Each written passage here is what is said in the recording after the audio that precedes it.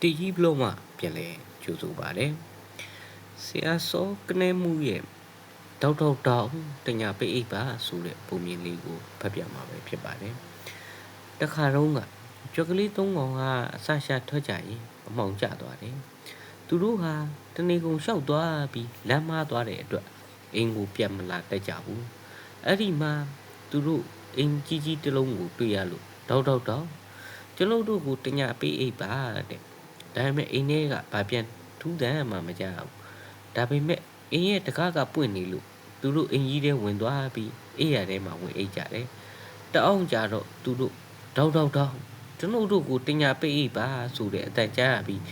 ရုံကလေးနှစ်ကောင်ဝင်လာတာကိုတွေ့ရတယ်ရုံကလေးနှစ်ကောင်လဲသူတို့နဲ့အတူအိမ်ရထဲဝင်အိတ်ကြတယ်အဲ့ဒီမှာပဲကျွတ်သုံးကောင်ဟာတောက်ကျွန်တော်တို့ကိုတညာပိတ်အိပ်ပါဆိုတဲ့အတန်ကိုကြားပြန်တယ်သူတို့လှမ်းကြည့်လိုက်တော့ရှင်ကလေး၃កောင်ဝင်လာတာကိုတွေ့ရတယ်ရှင်ကလေး၃កောင်လဲအိယာထဲဝင်အိတ်လို့အိယာထဲမှာသူတို့၈កောင်စလုံးအိမ်မောကြနေကြတယ်မကြဘူးခြေလောင်လာတဲ့ခြေရတန်ကြီးကိုကြားရတဲ့နောက်ပိုင်း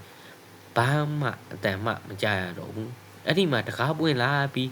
ဝုန်းမဲကြီးတကောင်အိမ်ထဲဝင်လာတာကိုတွေ့လို့သူတို့တွေအရန်ကြောက်သွားတယ်ဒါပေမဲ့အဲ့